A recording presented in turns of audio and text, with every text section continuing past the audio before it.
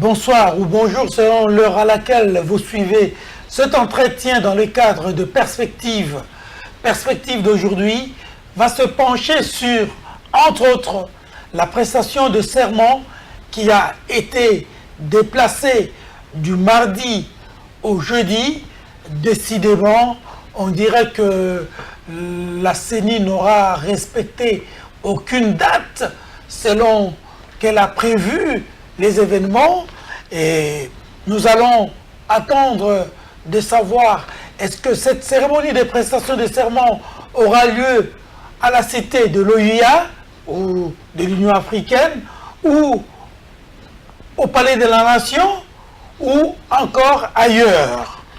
Nous allons parler également de l'annulation de la mission de l'Union africaine à Kinshasa. Vous savez qu'une mission de l'Union africaine devrait arriver à Kinshasa ce lundi, conduite par le président de l'Union africaine, Paul Kagame.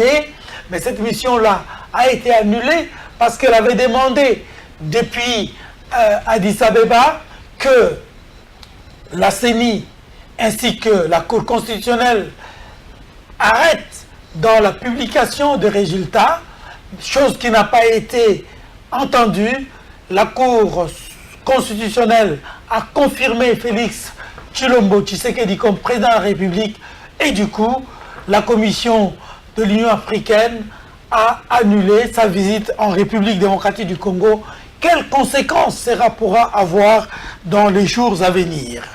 Félix Antoine Tshisekedi, président de la République, quels sont les défis qui l'attendent? Par où va-t-il commencer? Et comment va-t-il agir devant une Assemblée nationale, un Parlement acquis à la majorité, au FCC, parce que la majorité présidentielle ancienne n'existe plus, mais cette majorité présidentielle ancienne est devenue majorité parlementaire. Donc c'est cette majorité qui, constitutionnellement, devra proposer le candidat Premier ministre. Pour en parler sur ce plateau, M. Norbert Yamba, il est cadre de l'UDPS, il était conseiller, donc il est ancien conseiller politique, économique et environnemental et audit de feu Étienne Tshisekedi. Il est expert, consultant international sur les questions de développement, les questions d'aménagement du territoire, mais aussi sur les questions de décentralisation. Monsieur Norbert Yamba était candidat député national pour le territoire de Lomela. Nous sommes au Sankourou. Bonjour et bienvenue sur ce plateau, Monsieur Norbert Yamba. Vous êtes un habitué de cette émission et puisque c'est la première fois que nous nous rencontrons depuis le début de cette année, je vous transmets mes vœux le meilleur pour 2019. Merci Luc pour l'opportunité que vous m'offrez. Je voudrais également vous renvoyer mes vœux de bonheur, de prospérité, de longévité pour cette année 2019. Je voudrais également en profiter pour présenter mes chaleureuses félicitations, n'est-ce pas, à mon président national qui est devenu aujourd'hui son Excellence, Monsieur le Président de la République démocratique du Congo. En l'occurrence, M. Félix Antoine Tshisekedi Tshilombo, dont je ne pouvais pas m'imaginer un seul instant qu'on serait couronné de cette responsabilité, parce que le combat a été ardent, il y a eu trop de douleurs d'enfantement, il y a eu un parcours plein d'embûches. Et puis bon voilà, donc aujourd'hui, nous sommes arrivés véritablement à construire l'alternance, qui n'était pas, j'allais dire, une réalité. C'était un rêve, mais qui se matérialise. Coup de chapeau, Monsieur le Président, là où vous êtes, 36 ans, c'est pas si facile. Aujourd'hui, vous avez un lourd fardeau. ce qui est arrivé serait moins que ce qui va arriver, parce que les Congolais tiennent mort du cul à ce que les changements interviennent. On a tellement suscité les attentes, les espérances. Il faut donc des chemins opératoires qui nous permettent véritablement de sortir notre peuple de cette bourbière. Et vous avez intitulé votre programme « Vaincre la pauvreté ». Voilà le défi. Le vrai défi, c'est de lutter contre la pauvreté de notre peuple. Très bien, nous allons y revenir, mais allons d'abord au niveau de l'élection. Félix Antoine Tshisekedi Tshilombo a été élu président de la République, confirmé par la Cour constitutionnelle, mais on a senti que c'est une élection quand même difficile. D'aucuns ne l'attendaient pas. D'aucuns ont même dit que ce n'était pas lui le vrai vainqueur. Le vrai vainqueur, ce serait Martin Fayulu Madidi. Et maintenant que Félix Antoine Tshilombo Tshisekedi est déclaré officiellement président, vous l'avez dit, couronné de succès, mais aussi de cette responsabilité, avez-vous dit. Ne trouvez-vous pas que cette responsabilité risque difficile à accomplir véritablement? Eh bien voilà, donc quand le pays est en situation de détresse, quand le pays est dans une situation de déliquescence, quand la pauvreté est devenue endémique, c'est que la responsabilité est difficile. Et bien quand on s'y engage, c'est que véritablement on a des alternatives. On a des stratégies innovantes pour que véritablement on puisse juguler cette pauvreté.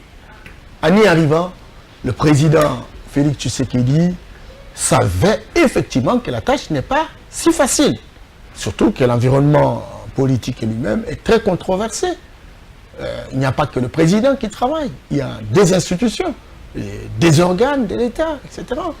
Vous avez le président de la République, vous avez le gouvernement, vous avez le Parlement, l'Assemblée, etc.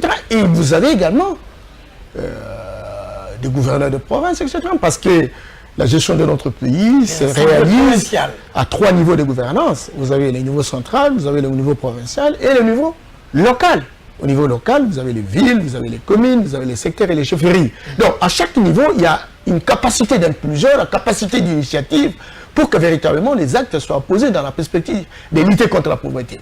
Mais lorsqu'on se retrouve dans une situation où on est seul, etc., c'est là que le problème se pose. Mais j'estime qu'il a les capacités nécessaires pour faire une animation qui permette à différents niveaux d'atterrissage ou différents centres d'impulsion d'être à la hauteur de pouvoir résoudre le vrai problème qui est le nôtre, le vrai défi qui est le nôtre, c'est de lutter contre la pauvreté. Je voudrais également dire que les élections, effectivement, n'ont pas été faciles.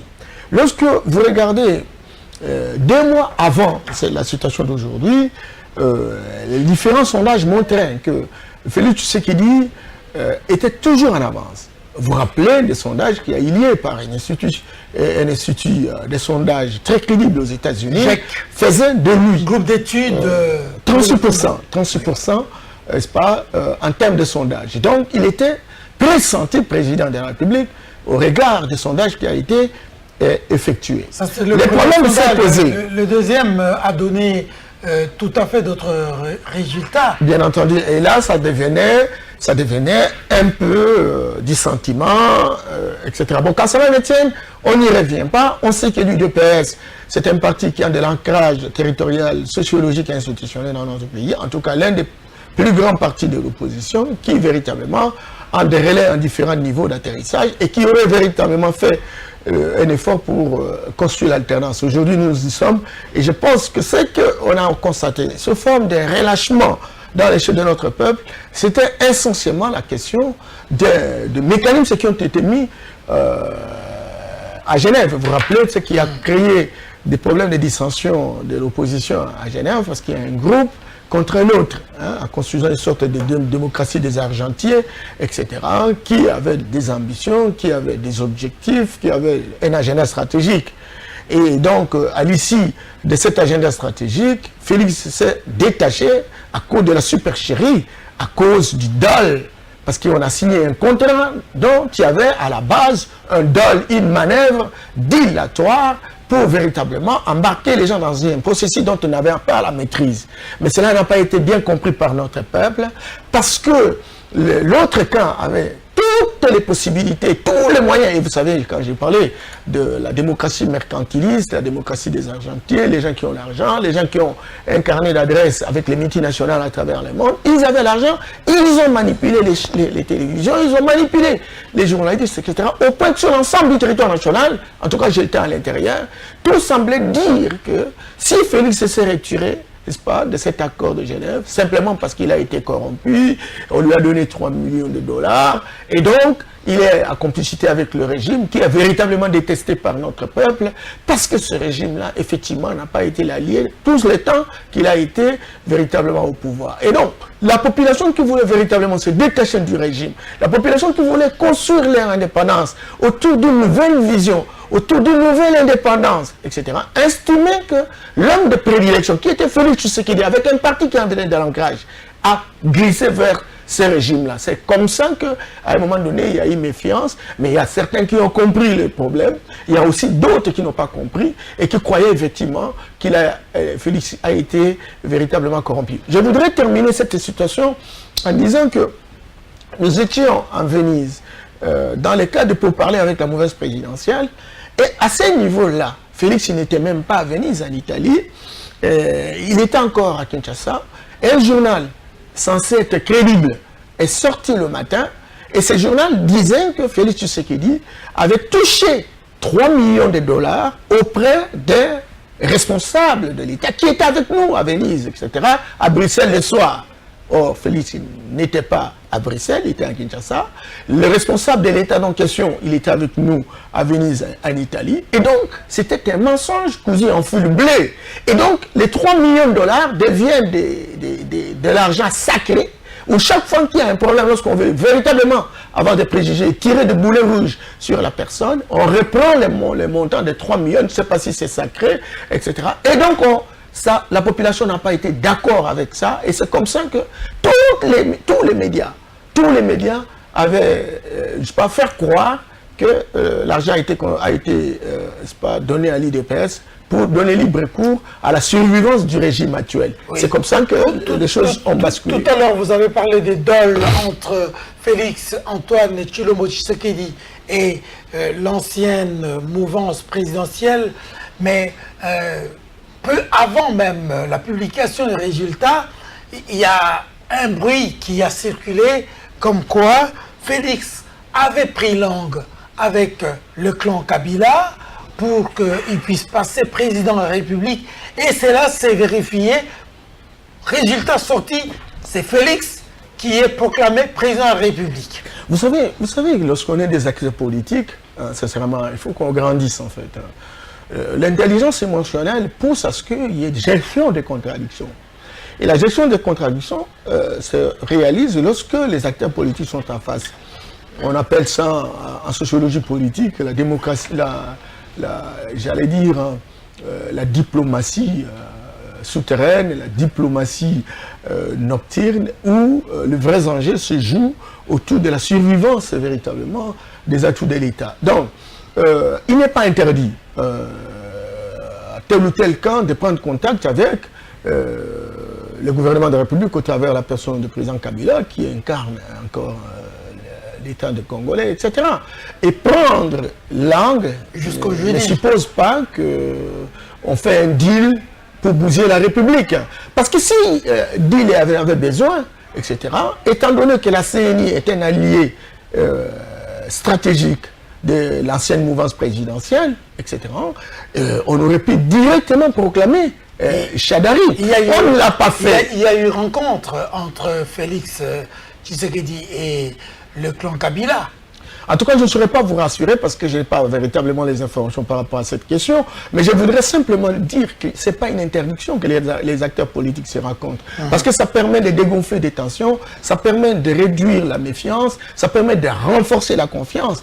Et nous avons intérêt véritablement de gérer nos émotions, de les désintoxiquer pour que les affaires de l'État soient des affaires qui sont gérées avec moins de sentiments. La perspective, c'est de voir qu'est-ce qu'on peut faire pour que notre peuple trouve son compte.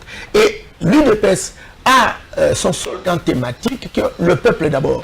Et s'il peut y avoir des rencontres qui permettent véritablement de dégonfler des conflits dans la perspective que le peuple trouve son compte, moi je pense que ce n'est pas un crime de lèse-majesté qui de prendre langue pour que véritablement les uns et les autres soient rassurés dans la perspective de continuer la gestion de la République dans une sorte de rupture avec la situation antérieure qui véritablement a infantilisé, a clochardisé tout un peuple.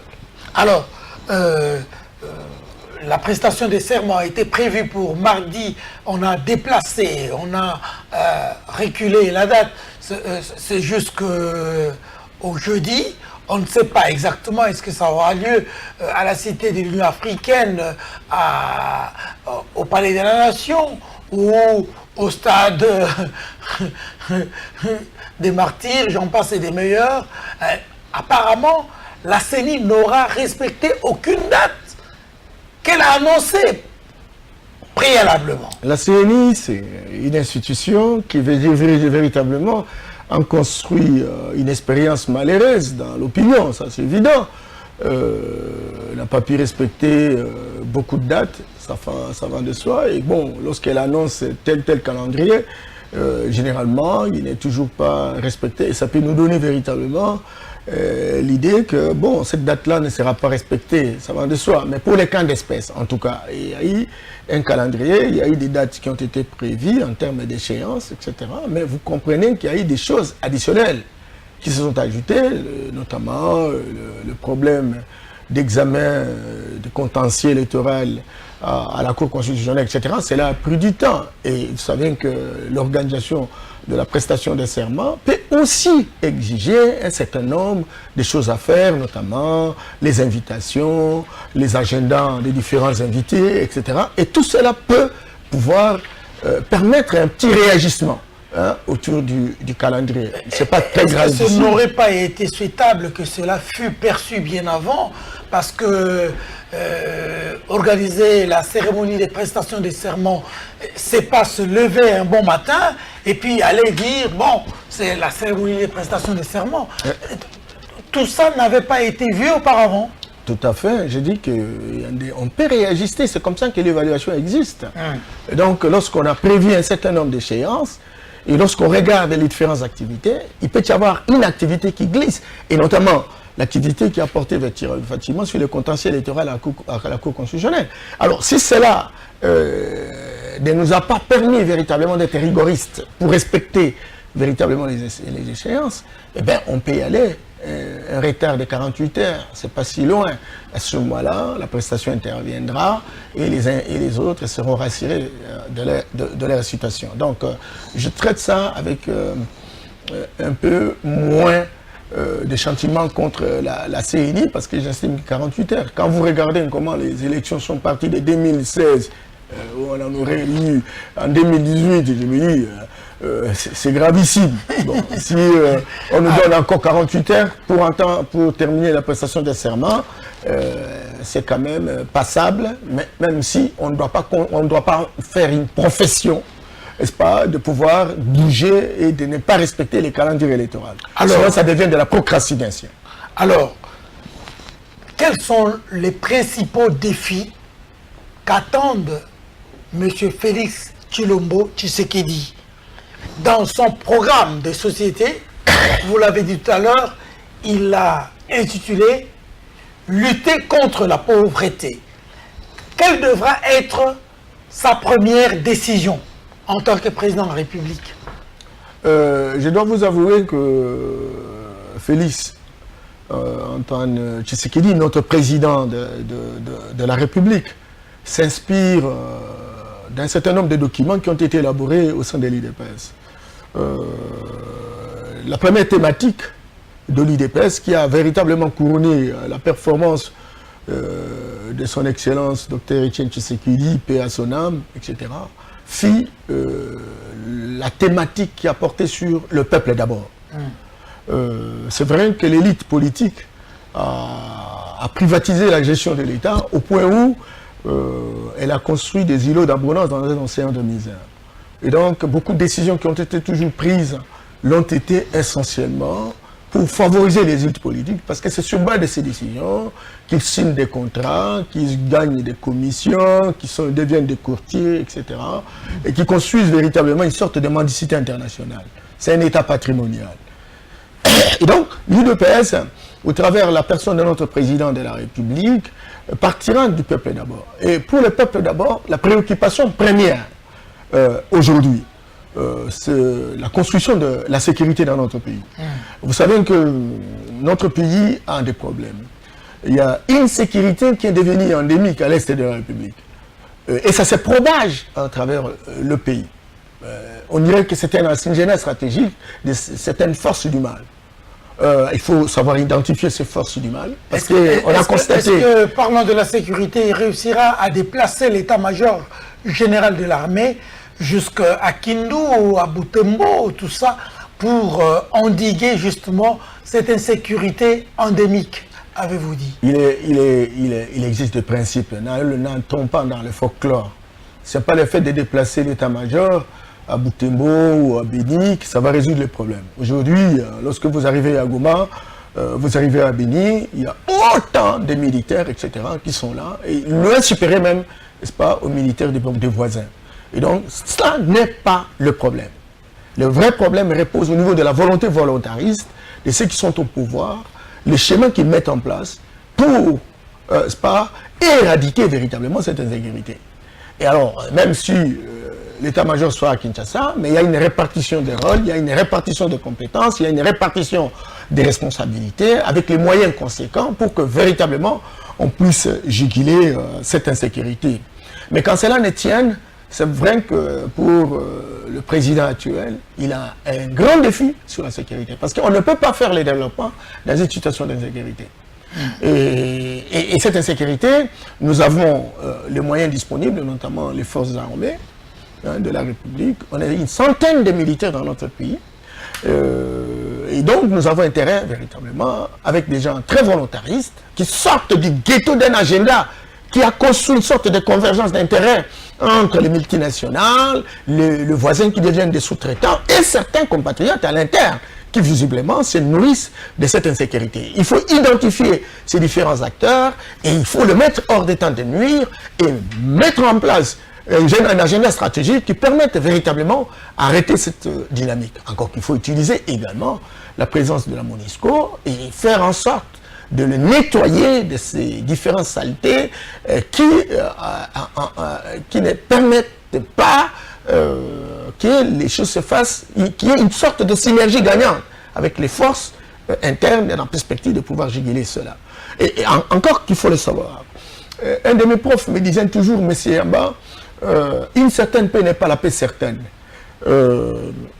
C'est vrai qu'il y a la paix en termes d'absence de la guerre.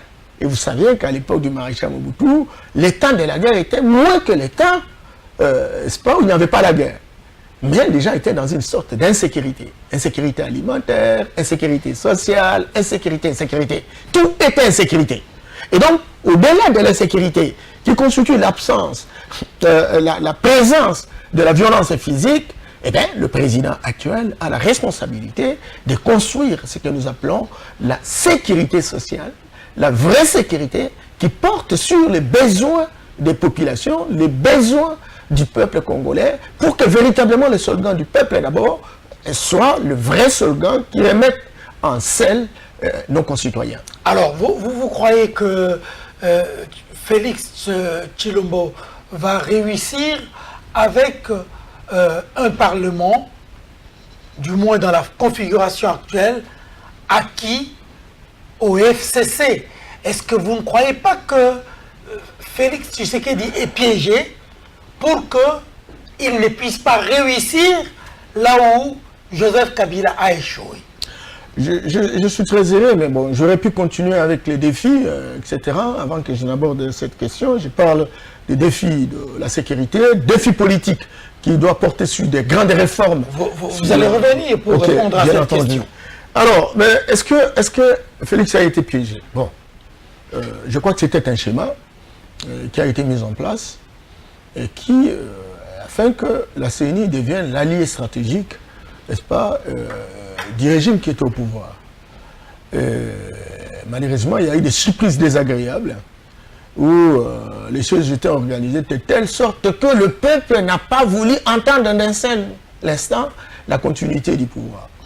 Et alors que le candidat du FCC se présentait comme candidat de la continuité de l'émergence, encore que c'est un terme qui n'existait pas, parce que c'est un paradigme occidental pour caresser, n'est-ce pas, les Africains qui croient encore à un gros massage cousu en fil bleu. Il n'y a pas d'émergence, c'est un concept, n'est-ce pas, nul, qui a été inventé essentiellement pour apaiser les esprits. Donc, il n'y a pas question d'émergence. Et même les Chinois dont on parle, qui sont champions de l'émergence, ils ne se reconnaissent même pas. Ils n'en parlent même pas, d'ailleurs. Ils n'en parlent même pas. Quand cela ne tienne, le peuple n'a pas voulu, effectivement, qu'il y ait continuité. Et le peuple a voulu, à ciel ouvert, changer, n'est-ce pas, la tête. Parce que les poissons pourris, ça commence par la tête. Et c'est comme ça que vous allez voir.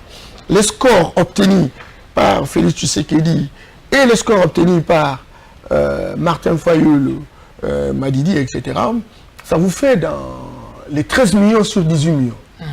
C'est très clair que c'est un message très clair que on ne veut plus de la continuité. Il faut apporter une rupture qui apporte un changement, qui apporte une innovation autour de la gestion de l'État pour que véritablement les actions et les décisions se répercutent positivement sur les citoyens.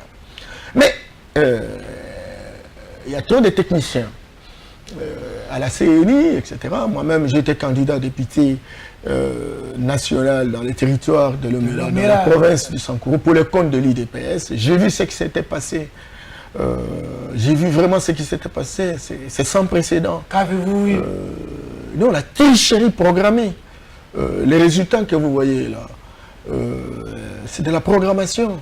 Pouvez-vous imaginer quelqu'un qui a... Les gens qui ont 13 millions, soit 70% de suffrages, hein, l'opposition bien entendu.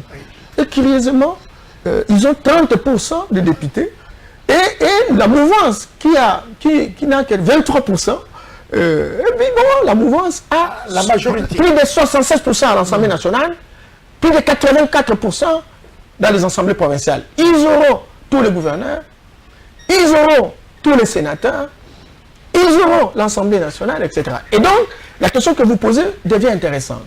Est-ce que ce n'est pas un piège? Bon, moi je dis que si c'est Félix qui arrive, tout a été programmé dans cette perspective. Ce serait la même chose pour Fayulu. S'il arrivait, il trouverait la même situation. Alors l'idée, c'est quoi? L'idée, c'est que c'est une majorité qui a compris. Et vous savez comment on a retardé les choses pour faire construire des équilibres avant de se faire sortir naturellement le résultat. On aurait souhaité avoir le levier du pouvoir. Parce que, croyez-moi, le pays est organisé à 3 niveaux de gouvernance. Il y a les niveaux central, les niveaux provincial et les niveaux local. Et donc les décisions se prennent, les impulsions se prennent au niveau central. Vous avez les gouvernements, vous avez l'Assemblée nationale et le Parlement. Là, ils ont la majorité. Et ils vont prendre des décisions. Le président de la République, si effectivement on considère cette majorité, n'a pas beaucoup de marge de manœuvre. Il aura véritablement des marges, ce qu'on appelle de domaines réservés. Donc il doit collaborer avec le Premier ministre. Et mutandis, lorsqu'on arrive au niveau de province, ils ont des gouverneurs, ils ont, n'est-ce pas, de députés provinciaux. Il en sera de même, parce que c'est une programmation, ils peuvent renforcer la logique jusqu'au bout, parce qu'ils sont généralement jusqu'à boutistes, au niveau des villes, au niveau des communes, au niveau, n'est-ce pas, des secteurs et chefferies. Ils auront également le leur. Si effectivement on n'a que la CNI qui connaît comment on joue jusqu'à normaliser la normale. Cependant, faut-il conseiller à son excellence, monsieur le président, de ne pas mordre la maison? Moi, j'ai dit non. Pour une fois, on a une petite victoire. Ne serait-ce qu'à la tête de l'État, il y a des prérogatives qui lui sont reconnues. Et si, tel que je le reconnais, un bon animateur, un bon meneur, un bon catalyseur, il pourra jouer. Il pourra jouer pour élargir le cercle, il pourra jouer pour inoculer sa vision autour de tous ses compatriotes, bien que FCC, qui peuvent se transformer. Ça, c'est la première possibilité. Deuxième possibilité, je crois qu'il y aura un informateur qui pourra, avec les concertations au niveau des assemblées, etc., se poser la question. Il y en a ceux qui peuvent aussi adhérer à la logique du changement. Et on verra qui véritablement se trouvera avec la majorité. Et cette majorité pourra, dans la mesure du possible, aider le président à prendre des décisions stratégiques. Moutandis au niveau des provinces. C'est vrai que la configuration actuelle, j'allais dire le paysage politique, l'arrangement institutionnel tel qu'il se présente aujourd'hui, c'est d'aller dans la perspective de pouvoir piéger, mettre le président dans la cage, ne pas lui donner une marge de manœuvre pour poser des actes qui sont entendus par notre peuple. Le temps va passer parce qu'il y aura des blocages et des blocages à différents niveaux d'atterrissage. Et donc, arrivé in fine, après 5 ans, on dit, bon, l'opposition a fait beaucoup d'incantations, beaucoup de déclarations. Et puis bon, voilà, donc elle n'a rien foutu. Et il y a moyen de rappeler ce qui véritablement, aujourd'hui, n'ont pas concouru pour qu'ils reviennent amener la main du chien parce qu'ils sont des hommes de prédilection et ils sont capables véritablement d'échanger. Mais je vous dis que c'est là, ces boutiques, sans compter avec les prérogatives du président et de l'engagement de notre peuple à vivre le changement. Oui, et tout se faisant en fonction véritablement de ces différents défis. Parmi ces prérogatives, est-ce que finalement, le président, qui, vous avez dit, n'aura pas beaucoup de marge de manœuvre, pourra dissoudre l'Assemblée nationale pour convoquer des élections anticipées et demander au peuple de lui donner une majorité confortable afin qu'il dirige et qu'il mette en pratique son programme de société? N'allons pas dans les extrémités. Parce que, croyez-moi, le président de la République... Non, c'est une alternative. C'est très bien. J'ai dit qu'avant d'y aller, il faut savoir comment les gens vont travailler. Parce que la majorité sait que toutes les décisions, nomination, révocation, passeront par le président de la République. Il a le marteau. Et elle a intérêt également à collaborer avec lui. C'est comme ça que nous aurons deux possibilités, soit la cohabitation, soit la coalition. Bon, quand cela ne tienne, on verra les degrés de collaboration. Le président de la République a promis beaucoup de choses à notre peuple. Et il faut que cela se réalise. Mais si la majorité qui se trouverait au Parlement voudrait la perpétuité de ce que représente leur agenda, qui a démontré ses limites, et qui a vu construire des îlots d'abondance dans un océan de misère, à ce moment-là, ils n'ont qu'à tirer les conséquences. Ça veut dire, on fait quoi? J'ai promis, j'ai été élu au suffrage universel, je n'ai pas possibilité pour gouverner, et donc, cette incapacité me pousse véritablement à faire une réorganisation institutionnelle. Cette possibilité lui est reconnue. Mais n'allons pas, par rapport à ça, vérifions d'abord ceux qui seront prêts de pouvoir travailler avec lui, ceux qui se présenteraient pour que véritablement on lui donne la possibilité d'avoir une marge de manœuvre pour travailler, et aussi le comportement de la majorité. Si elle revient, elle veut faire rééditer son exploit de tout le temps, de pouvoir bloquer les choses, aller dans l'enrichissement individuel et individualisé, etc., ne pas construire l'impunité et ne pas aller véritablement dans le sens de pouvoir faire retentir les dividendes sur notre peuple, à ce moment-là, le président Tshisekedi pourrait prendre acte de cette attitude rocambolesque qui, visiblement, a construit un écosystème politique de pourriture intrinsèque à purifier et il se mettra dans une situation où les maires se sont complètement ramollis, la culture décadente. Il faut donc relever le défi, il faut donc apporter des améliorations. On n'y est pas encore. Voyons voir comment on va fonctionner pendant toute une année. Et s'il y a collaboration, pourquoi ne pas en continuer? Parce que ce sont des compatriotes congolais. Ils comprendront pour une fois que notre peuple a besoin d'avoir de l'eau, d'avoir l'électricité, de trouver du travail, d'avoir des investissements, de cesser les injustices, le népotisme, le clanisme, le tribalo-régionalisme, pour qu'en fait, tout Congolais soit véritablement, se sente chez lui, quoi. Alors, vous dites qu'on n'y est pas encore, c'est vrai, mais lorsque M. Kabila, ex-président, tenait son discours de revoir en présence de ses pairs de l'Union africaine, il a dit qu'il va revenir bientôt. Est-ce que, à partir de cette phrase-là, revenir bientôt, est-ce que il ne va pas mettre sur pied un système tel que Tshisekedi échoue, et vous l'avez dit, lorsqu'il aura échoué, l'opinion va dire « Ah, ils ont beaucoup crié quand ils étaient dans l'opposition, nous allons faire revenir celui que nous avions, et celui c'est qui? C'est Joseph Kabila. » Deuxième cas de figure, Joseph Kabila est président du Sénat. Et la Constitution dispose qu'en cas d'indisponibilité du président de la République, le président du Sénat prend le poste du président de la République et gouverne à sa place.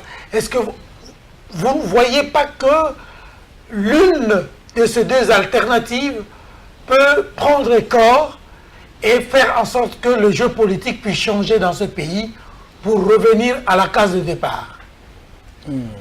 Merci beaucoup. Je pense que ce schéma-là, je crois, le FCC a toujours eu des laboratoires très fins pour mijoter des stratégies qui a permis tout ce temps à pouvoir continuer à diriger le pays. Je ne peux pas vraiment pas contester cela. Et généralement, vous savez que les gens ont toujours l'habitude, ont toujours la vocation de conquérir, d'exercer, de conserver le pouvoir. Cet instinct de conservation du pouvoir caractérise également le FCC. Et je ne peux pas dire le contraire en disant, est-ce qu'ils n'ont pas des stratégies qui portent sur l'imbécilisation de l'opposition actuellement pour arriver véritablement à des fenêtres d'opportunité pour revenir. En tout cas, je n'ai pas vraiment pas tous les éléments, mais en regardant, n'est-ce pas, le paysage de ce que représente le Parlement aujourd'hui et les provinces, je dis, ces idées ne sont pas loin véritablement de la réalité. Mais ils n'ont pas aussi, ils ne sont pas aussi en face d'un poltron. Ils ne sont pas aussi en face d'un quelqu'un, un imbécile. Quelqu'un qui est venu essentiellement pour être président pour président. Nous avons combattu pendant 36 ans. Nous avons suscité les espérances. Nous avons provoqué les attentes. Notre peuple attend. Je pense que personne ne nous comprendra que nous puissions prendre la responsabilité à la tête de l'État, même si nous n'avons pas des pieds sur terre, parce qu'à cause de cette stratégie malveillante, etc. Mais le président de la République, qui est le garant de la nation, etc., prendrait des contacts et des concertations avec les différents acteurs politiques, notamment le FCC et tous les autres, pourquoi pas la Mouka. Nous nous sommes battus ensemble et nous avons intérêt véritablement à créer une union sacrée pour que le pays change. Je me suis beaucoup dit que vous savez qu'aujourd'hui l'Afrique est debout. Il y a 4 espaces. Il y a le nord, le sud, l'est, l'ouest et le centre. Et le centre, c'est la gâchette du revolver, disait Franck Fanon. Le nord est debout, avec 315 milliards de dollars de produits intérieurs. La locomotive, c'est l'Égypte. Regardez la situation au Maroc, regardez la situation en Algérie, regardez en Tunisie, etc. Le sud, vous avez l'Afrique du Sud. Tous ces pays satellitaires comme j'allais dire, tous ces pays satellitaires comme Zambie, Zimbabwe, Botswana, etc. Ce sont des pays debout. Aujourd'hui, des grands miracles économiques aujourd'hui en Afrique. Vous voyez, et l'Afrique du Sud, c'est 400 milliards de dollars de produits intérieurs bruts. Le Nigeria, c'est 581 milliards de dollars de produits intérieurs bruts. Tous les pays comme le Ghana, la Côte d'Ivoire, etc. Ce sont des pays qui sont debout. Il en est de même de l'Est. L'Éthiopie est devenue la plus grande puissance régionale. Aujourd'hui, avec 287 milliards de dollars. Aujourd'hui, il n'y a que le Congo qui est à genoux. 40 milliards. Je me suis beaucoup. Et aujourd'hui, lorsqu'il faut quitter l'Est pour aller à l'Ouest, lorsqu'il faut quitter le Nord pour aller au Sud, il faut passer par l'Afrique centrale. À l'Afrique centrale, tout est à genoux.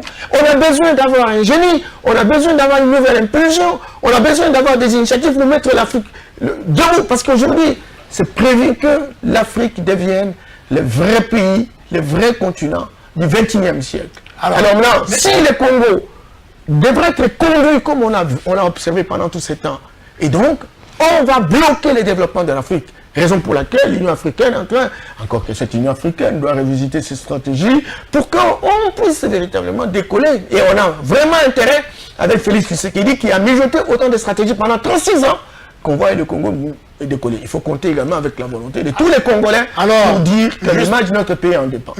Justement, Félix Tshisekedi a intitulé son programme « Lutter contre la pauvreté » avec un budget de 86 milliards de dollars américains et face à l'Union africaine. Lui étant, vous l'avez dit, dans le pays où se trouve la gâchette de France Fanon, Union africaine à qui on a dit « Niet, vous ne venez pas vous immiscer dans les affaires intérieures du Congo ». Est-ce que vous ne croyez pas que c'est déjà un mauvais départ? Ça risque de constituer un blocage dans la mise en pratique du programme de Félix Antoine Tshisekedi Tshilombo. Le Congo, c'est une mastodonte. Hein. Le Congo, c'est 100 fois le Rwanda. Le Rwanda, c'est 100 fois pour être le Congo. C'est 100 fois. C'est 26 000 km². C'est comme le territoire de l'homme, mon territoire, moi, etc. Le Congo, c'est 90 fois la Guinée équatoriale. Le Congo, c'est 80 fois la Belgique. 80 fois la Belgique, 4 fois et demi la France, 5 fois la main fédérale, etc. 9 fois le Japon. Nous sommes une mastodonte. Nous sommes un continent. Et donc, nous avons, si on était sérieux, oui, ça c'est géographiquement, physiquement, mais est-ce que politiquement, ça ne peut pas constituer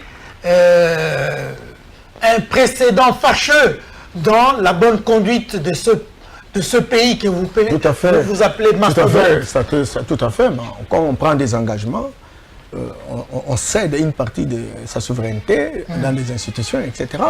Et donc, lorsqu'il s'agit véritablement de se conformer à certains engagements, etc., il faut toujours faire attention par rapport à ça pour ne pas être discrédité. D'abord, lorsqu'on ne respecte pas sa parole et lorsqu'on ne s'engage pas véritablement pour être avec les autres.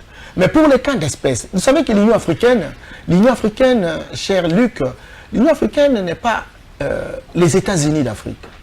Les États-Unis d'Afrique, ce serait un pays. C'était la volonté de Kwame Nkrumah, de Patrice Lumumba, la volonté de Modibo Keïta et tous les autres. On n'y est pas encore. Si on était les États-Unis d'Afrique, on aurait un État fédéral.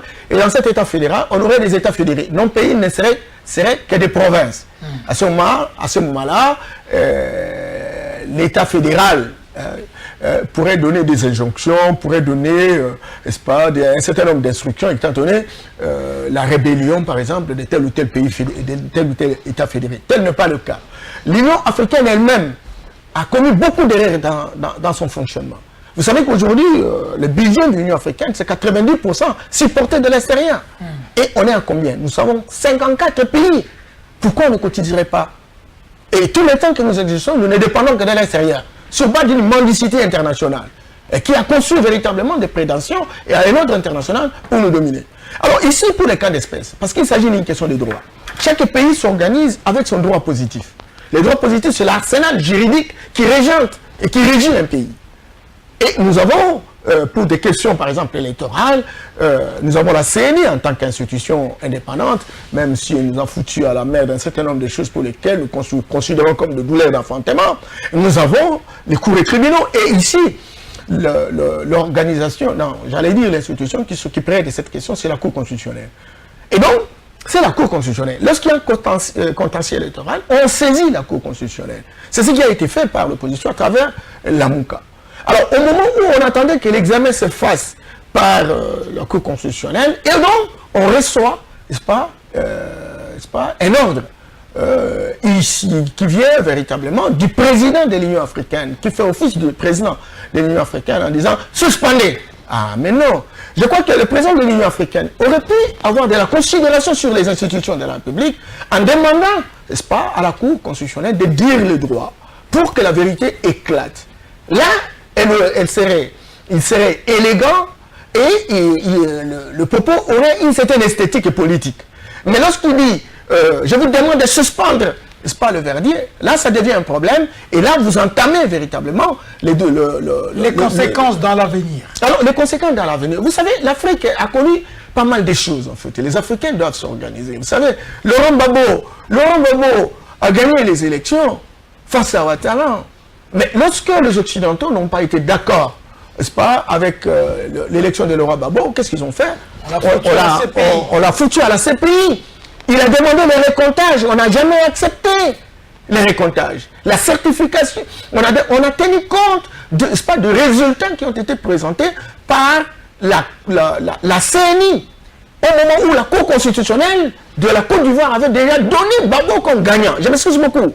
Et donc, parce que l'Occident, qui ont des intérêts, n'était pas d'accord avec Gbagbo, et donc on l'a foutu à la mer, ils ont pris leur poulain pour le placer comme président. Il y a même de même, je me souviens beaucoup, il faut que je termine, le président Tshisekedi, en 2011, en tout cas, avait la prétention, au regard du vote qui était à son endroit, de gagner les élections. Mais les Occidentaux, sans avoir les observateurs dans tous les coins et recoins de la République, ils ont dit oui, il y a eu vote massif, mais même s'il y a eu des irrégularités, ça n'influe pas sur l'ordre d'arrivée. Parce qu'effectivement, ils avaient un poulain qu'il fallait véritablement sauvegarder. Et l'Union africaine, manipulée, instrumentalisée, et ne pouvant que reprendre naturellement la volonté volontariste des intérêts occidentaux.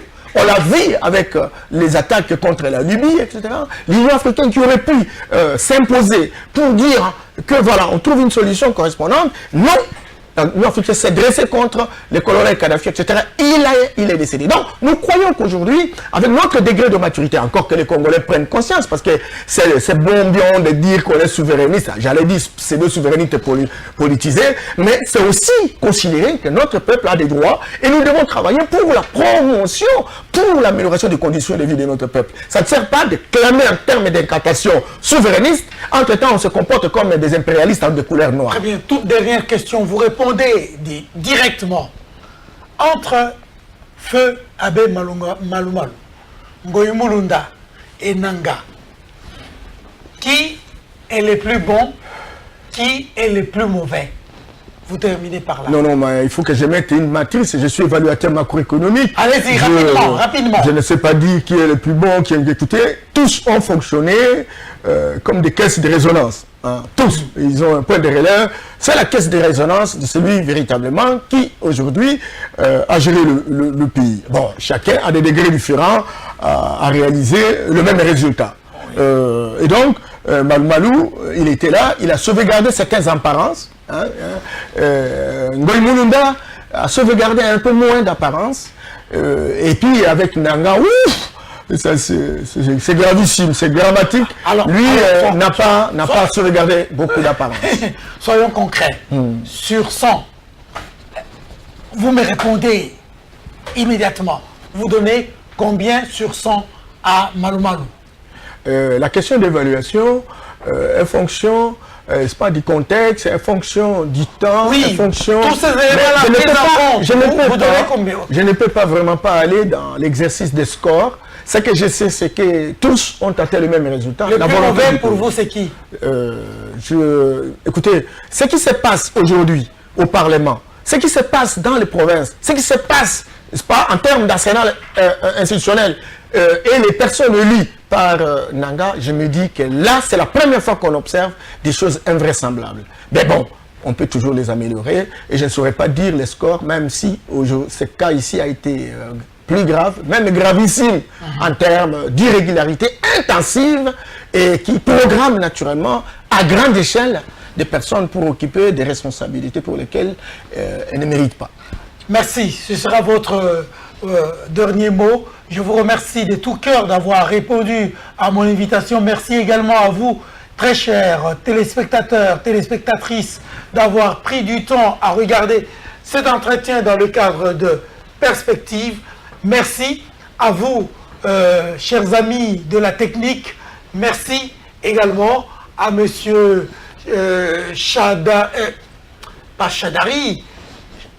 Chabani Record qui revient de l'Angola. Bon séjour à Kinshasa. Je le salue aussi. Hein. Chabani Record, hein. On te salue. C'est l'intelligence artificielle de notre pays. Hein. Alors, merci et au revoir.